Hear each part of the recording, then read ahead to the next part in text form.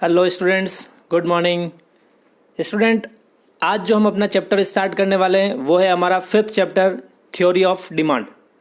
तो देखिए स्टूडेंट, इससे पहले आपने बहुत सारे चैप्टर्स पढ़ लिए हैं, चाहे वो यूटिलिटी से रिलेटेड चैप्टर हो, चाहे वो आपके आईसी कर्व, इंडिफरेंस कर्व से रिलेटेड चैप्टर हो।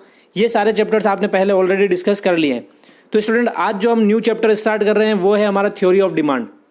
सबसे पहले देखिए स्टूडेंट, जैसा कि आप सभी को पता है कि इकोनॉमिक्स जो बहुत ही इंटरेस्टेड सब्जेक्ट है, तो मैं भी यही चाहूँगा आप लोगों से कि इस चैप्टर को बड़े ध्यान से समझें। क्योंकि देखिए स्टूडेंट, थ्योरी ऑफ डिमांड जो है, ये सारी चीज़ें जो हम इकोनॉमिक्स के अंदर अभी स्टडी कर रहे हैं, ये सारी चीज़ें हमारी रियल लाइफ के अंदर भी एप्लीकेबल हो रही हैं। लेकिन होता क्या है कि हमें ये सारी चीज़ें पता तो होती है, ये चीज़ होती है, लेकिन हम उसको इकोनॉमिक्स से रिलेट नहीं कर पाते हैं। तो मेरा मानना ये है कि अगर आप इन सारी चीज़ों को, या जो चीज़ भी आप इकोनॉमिक्स के अंदर पढ़ रहे हैं, स्टडी कर रहे हैं, अगर आप इन सब चीज़ों को अपनी रियल लाइफ से जोड़ करके या उससे रिलेटेड एग्जांपल से समझेंगे, तो मेरे ख्याल से इकोनॉमिक्स से इंटरेस्टेड सब्जेक्ट और कोई दूसरा हो ही नहीं सकता।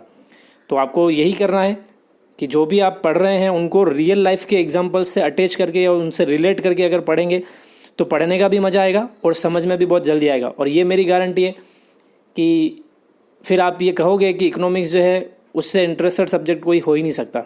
बस फ़र्क सिर्फ इतना सा है कि आप उसको समझते कैसे हैं। अगर आप इकोनॉमिक्स को बर्डन लेकर के समझेंगे तो no doubt I am sure कि इकोनॉमिक्स से हार्ड सब्जेक्ट कुछ भी नहीं है। लेकिन वही है कि अगर आपने इसको रियल लाइफ एग्जांपल से जोड़ करके अगर समझा इसको, तो इकोनॉमिक्स से इजी और इंटरेस्टेड सब्जेक्ट भी कुछ नहीं है। तो चलिए, ये तो हो गई अपनी नॉर्मल सी जो बातें हैं, जो रियल हैं वो। अब हम आते हैं अपने टॉपिक पर, थ्योरी ऑफ डिमांड। तो स्टूडेंट, ये हमारा फिफ्थ चैप्टर है और इसके अंदर हम डिस्कस करने वाले हैं मेन चीज़ें जो हैं वो है, एक तो अपना कंसेप्ट ऑफ डिमांड जो है वो, then second demand schedule and demand curve क्या होता है, इसकी डेफिनेशन, इसके फीचर्स। उसके बाद में हम लॉ ऑफ डिमांड भी डिस्कस करेंगे इस चैप्टर के अंदर। फिर हम इसमें देखेंगे change in quantity demanded and change in demand, इन दोनों में डिफरेंस क्या है। और फिर इसके बाद में हम इसको डिस्कस करेंगे इसके अंदर relationship between the income and demand. And then last topic होगा हमारा impact of taste of preference on demand for a commodity. मतलब सिंपल सी बात है, ये सारी चीज़ें जो हम इस चैप्टर के अंदर डिस्कस करने वाले हैं। तो बढ़ते हैं अपने टॉपिक की तरफ। टॉपिक है हमारा डिमांड। सबसे पहले बात करते हैं स्टूडेंट, आप लोग डिमांड से समझते क्या हैं? What do you understand by the demand? Generally लोग कहते हैं, जब भी मेरा एक क्वेश्चन स्टूडेंट से होता है what do you understand by demand या what do you mean by demand, तो स्टूडेंट यही बोलते हैं, सर वो मार्केट में जो प्रोडक्ट हम खरीदते हैं वो डिमांड करते हैं उसकी, तो उसको डिमांड बोलते हैं। अरे तो मैं तो यही पूछ रहा हूँ ना, डिमांड का मीनिंग क्या है? तो स्टूडेंट देखिए, डिमांड का एक सिंपल सा अर्थ है, सिंपल सा मीनिंग है डिमांड का, कि डिमांड का मतलब होता है किसी पर्टिकुलर मार्केट के अंदर वेरियस प्राइजेस पर किसी प्रोडक्ट की कितनी क्वांटिटी एक कंज्यूमर बाय करने के लिए रेडी है। Buyer is ready to purchase a various quantity of a commodity at a various prices is known as demand. या सिंपल शब्दों में हम बात करें अगर, तो डिमांड का मतलब ये होता है कि किसी मार्केट के अंदर एक पर्टिकुलर टाइम पीरियड में किसी प्रोडक्ट की डिफरेंट प्राइजेस पर डिफरेंट क्वांटिटी जो एक बायर या एक कंज्यूमर बाय करने के लिए, खरीदने के लिए तैयार है, बाय करने के लिए रेडी है, वही कहलाती है डिमांड। ठीक है स्टूडेंट, तो मेरे ख्याल से डिमांड का मतलब आपको समझ में आ गया होगा, है ना। तो ये तो हमने बात की कि डिमांड की डेफिनेशन क्या है या डिमांड का मीनिंग क्या है। लेकिन स्टूडेंट, मेन बात आती ये है कि डिमांड क्रिएट कैसे होती है, या डिमांड होने के लिए क्या कंपोनेंट्स होना कंपलसरी है, या किन चीज़ों का होना कंपलसरी है डिमांड होने के लिए। तो देखिए, डेफिनेशन तो मैंने आपको समझा दी और डेफिनेशन मेरे ख्याल से आप लोगों को समझ में आ भी गई है। लेकिन स्टूडेंट, बात होती है कि डिमांड के मेन कंपोनेंट्स क्या हैं, किन किन चीज़ों से मिलकर के डिमांड बनेगी। तो स्टूडेंट देखिए, आपके फर्स्ट जो पेज है आपका, जहाँ पर आपको कंसेप्ट ऑफ डिमांड दिया हुआ है, यहाँ पर आपको दे रखा है कि डिमांड होने के लिए किन किन चीज़ों की रिक्वायरमेंट्स रहती हैं। तो देखिए, डिमांड होने के लिए तीन मेन चीज़ों की रिक्वायरमेंट रहती है।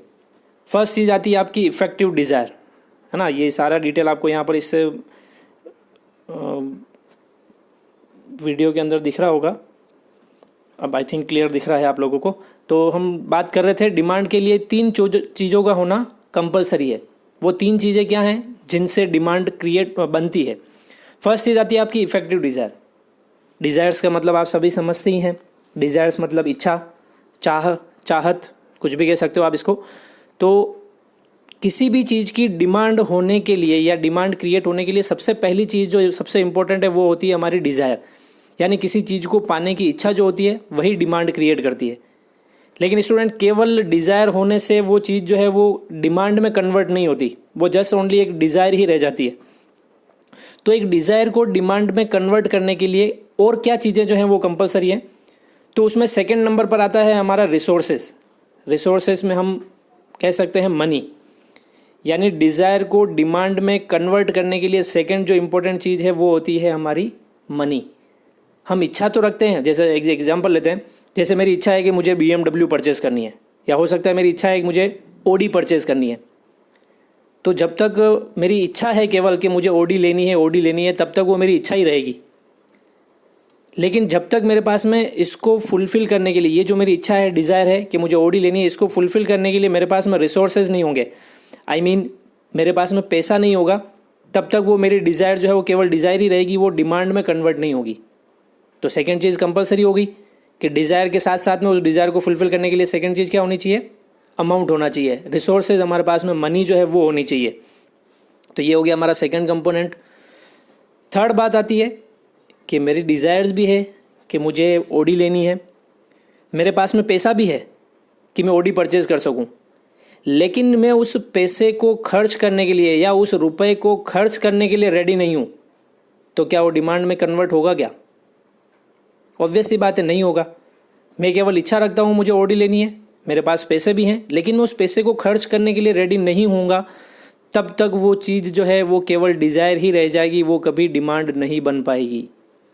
तो मेरे ख्याल से इस एग्जाम्पल से आप लोगों को ये समझ में आ गया होगा कि डिमांड होने के लिए क्या चीज़ें ज़रूरी होती है।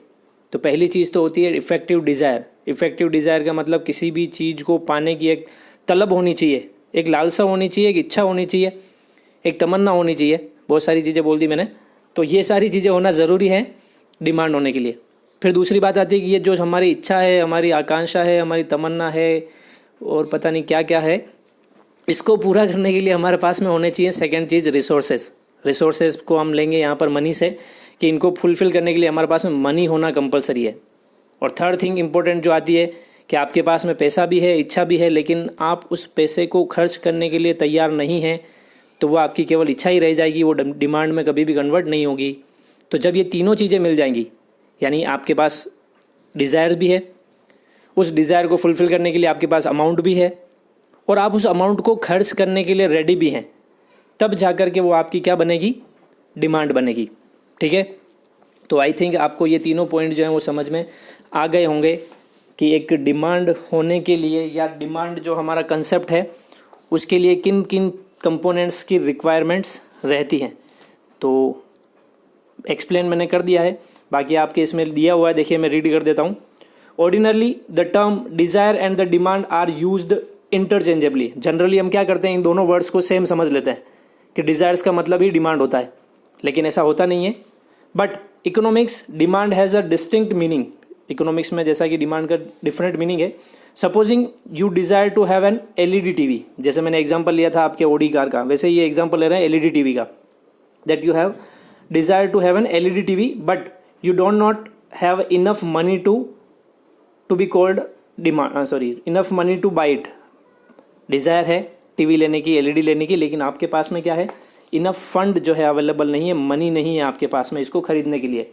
Then this desire will be remains just a wishful thinking. तो ये क्या रह जाएगी? ओनली डिज़ायर रह जाएगी। It will not be called demand. And if in spites of the having enough money you are not willing to spend it on LED TV, क्या आपके पास में पैसा भी है लेकिन आप इसको LED TV को खर्च करने के लिए रेडी नहीं है, डिमांड डज नॉट इमर्ज, तब भी डिमांड नहीं होगी। You are not the desires become demand only when you are ready to spend money to buy the LED। तो आ गया समझ में कि ये डिमांड कब बनेगी? जब आप उस पैसे को, उस LED TV को परचेज करने के लिए खर्च करने को तैयार होंगे। तो लास्ट हमारा कंक्लूजन क्या आता है? Thus the demand for a commodity is the desire to buy a commodity backed with the sufficient purchasing power. Sufficient purchasing power means the money. Money आपके पास में होनी चाहिए and the willingness to spend, और आप उस money को खर्च करने के लिए भी तैयार हो, तब जाकर के आपकी डिमांड जो है वो क्रिएट होगी या डिमांड बनेगी। तो आई थिंक आप लोगों को ये डिमांड का मतलब समझ में आ गया होगा। क्लियर है सभी को? चलिए अब हम अगला टॉपिक जो डिस्कस कर रहे हैं वो है हमारा डिमांड एंड क्वांटिटी डिमांडेड।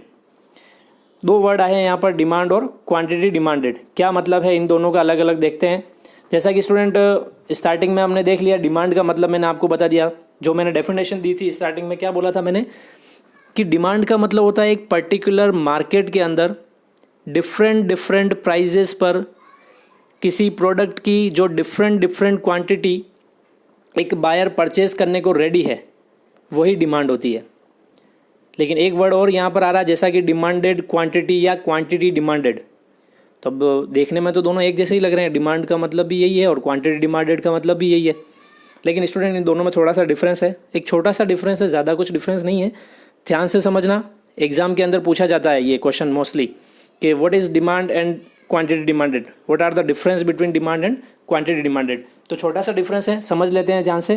देखिए इसमें दिया हुआ है, demand refers to the different possible quantities to be purchased at a different possible prices. Underline कर देना इस चीज़ को, different quantity to be purchase at different possible prices, different quantity and different prices, इसको अंडरलाइन कर दो।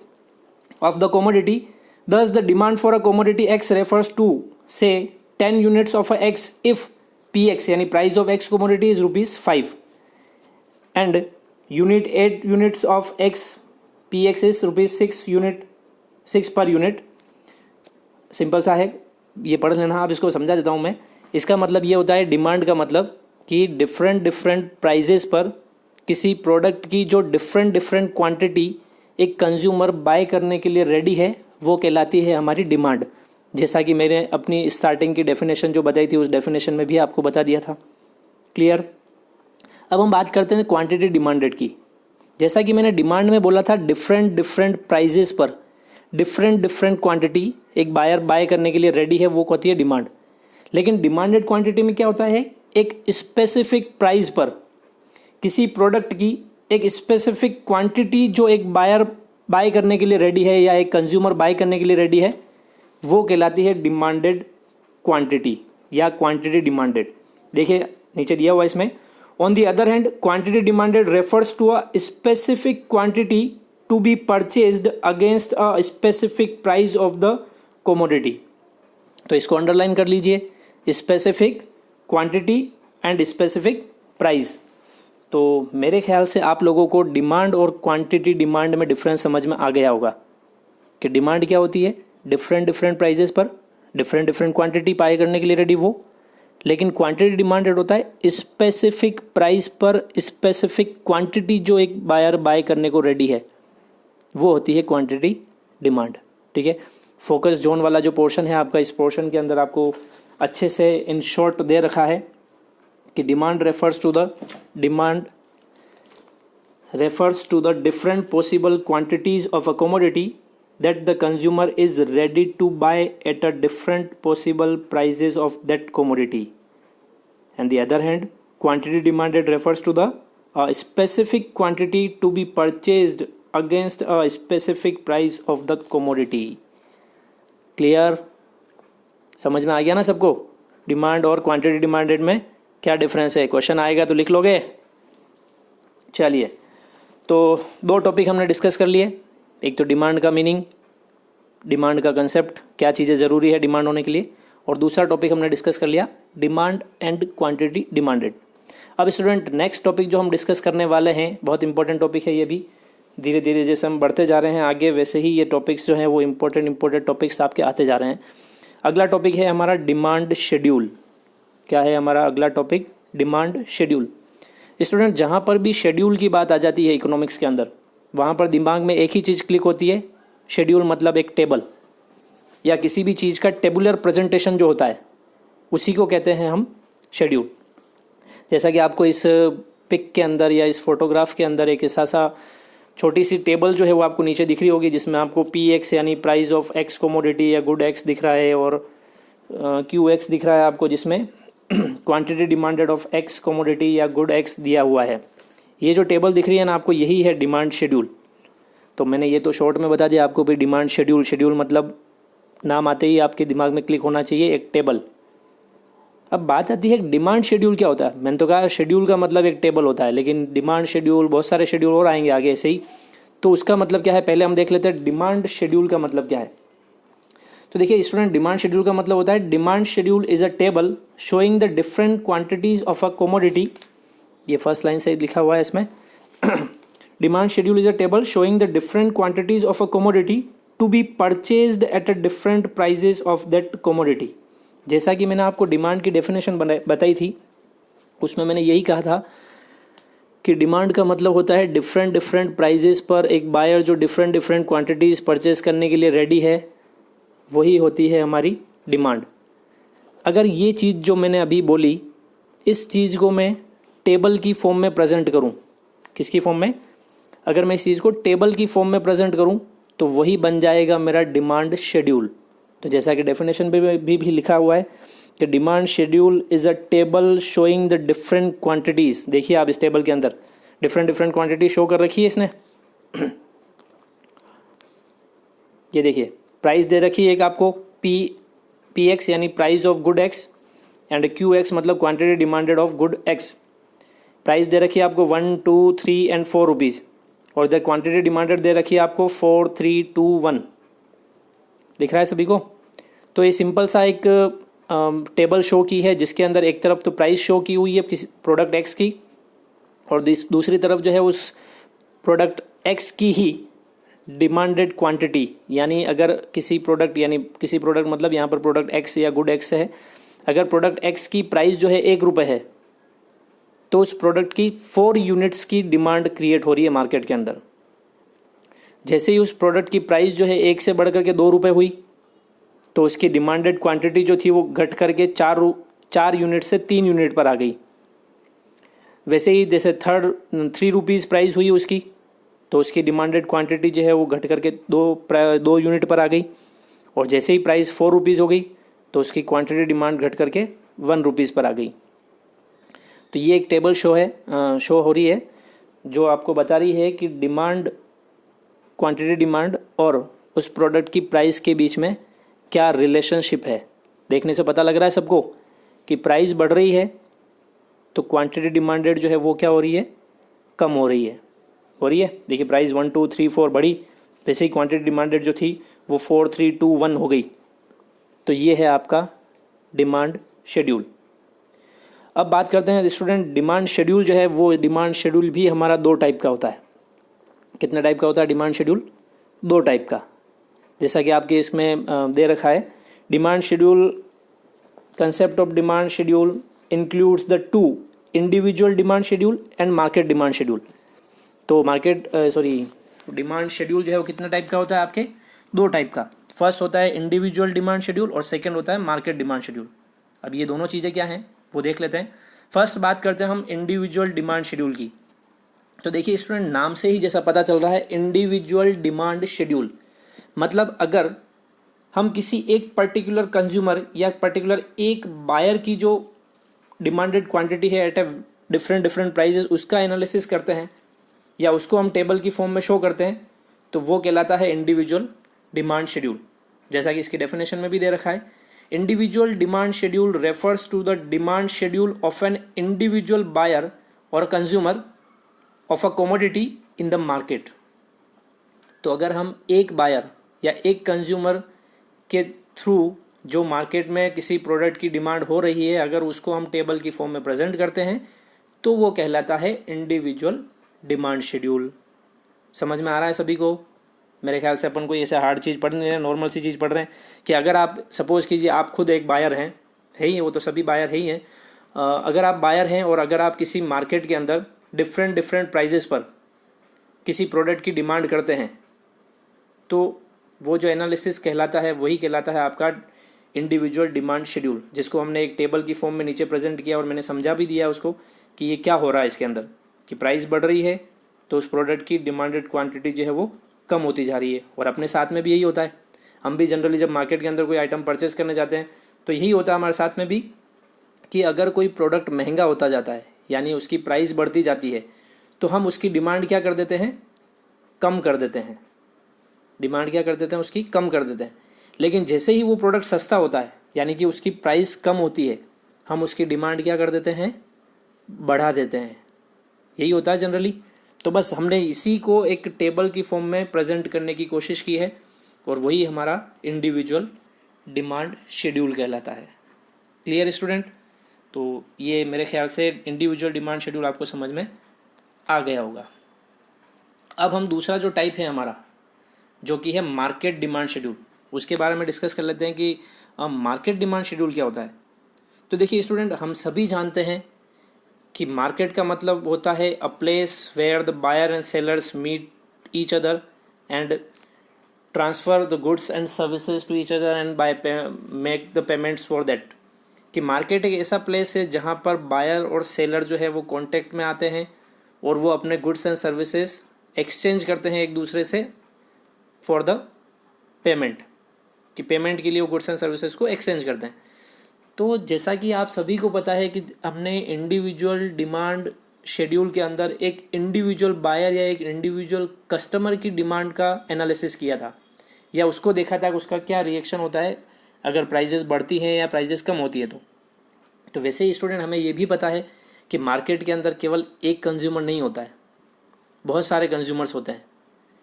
तो जब हम मार्केट डिमांड शेड्यूल का एनालिसिस करेंगे तो उसमें क्या होगा, हम एक कंज्यूमर के बेस पर पूरी मार्केट की डिमांड या मार्केट के अंदर किसी प्रोडक्ट की क्या डिमांड होगी ये हम प्रेडिक्ट नहीं कर सकते।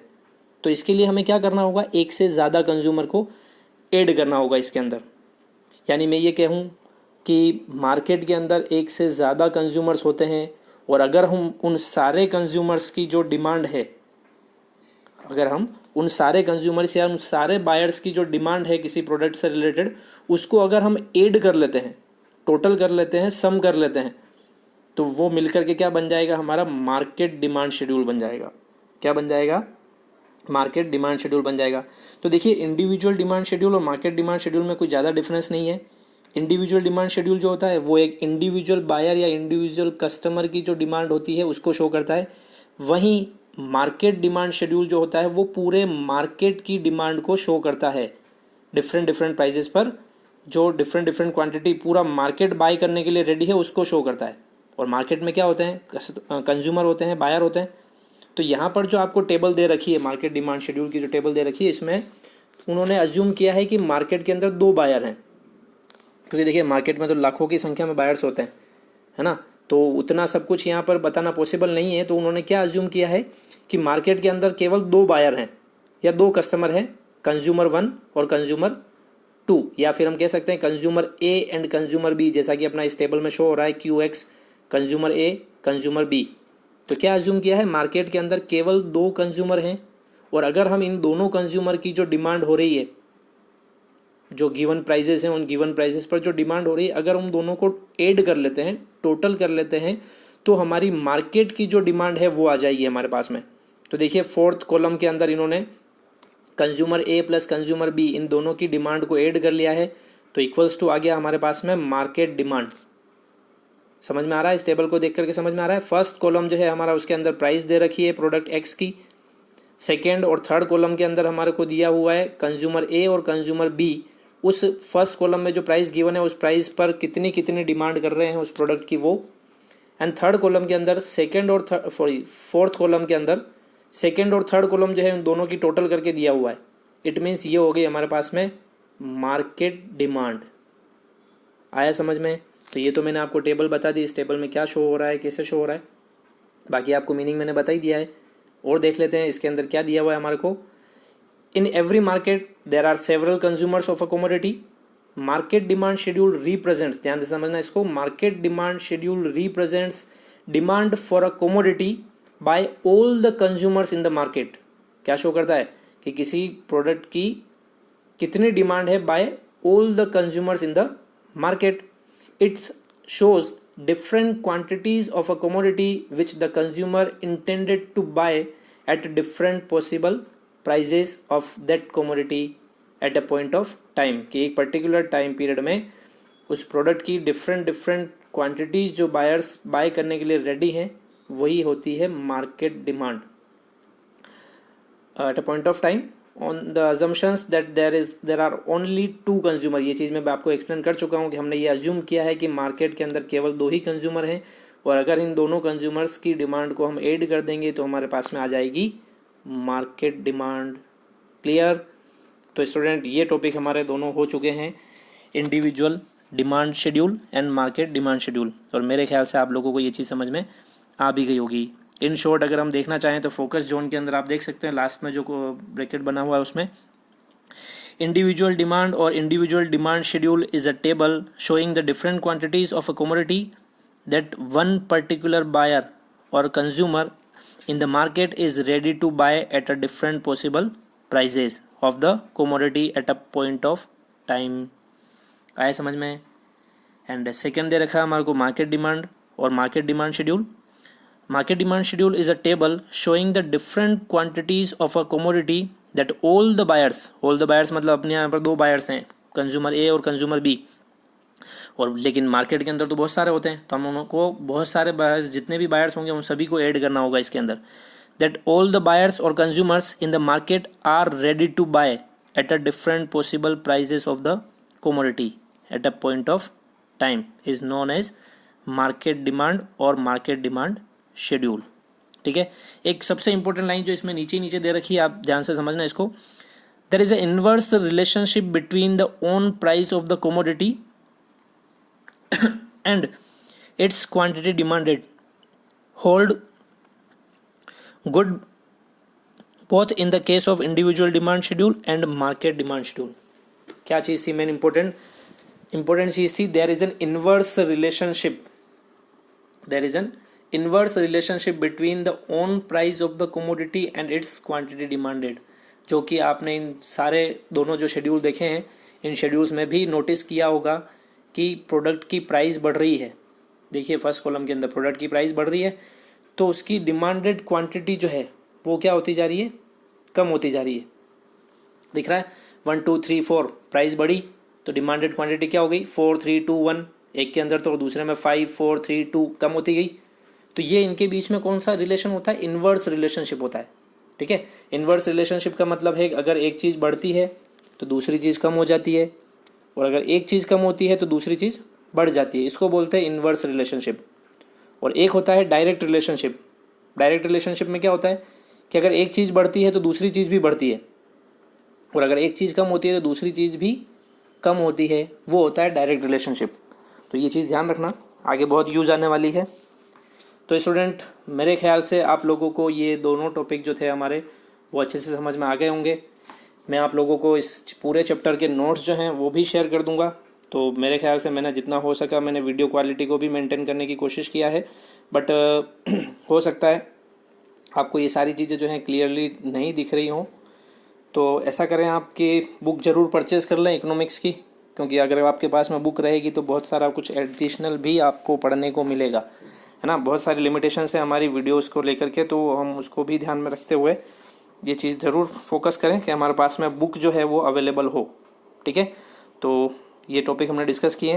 नेक्स्ट वीडियो में मिलते हैं और कुछ इंटरेस्टिंग टॉपिक्स के साथ में। देन तब तक के लिए good night, bye bye, thank you.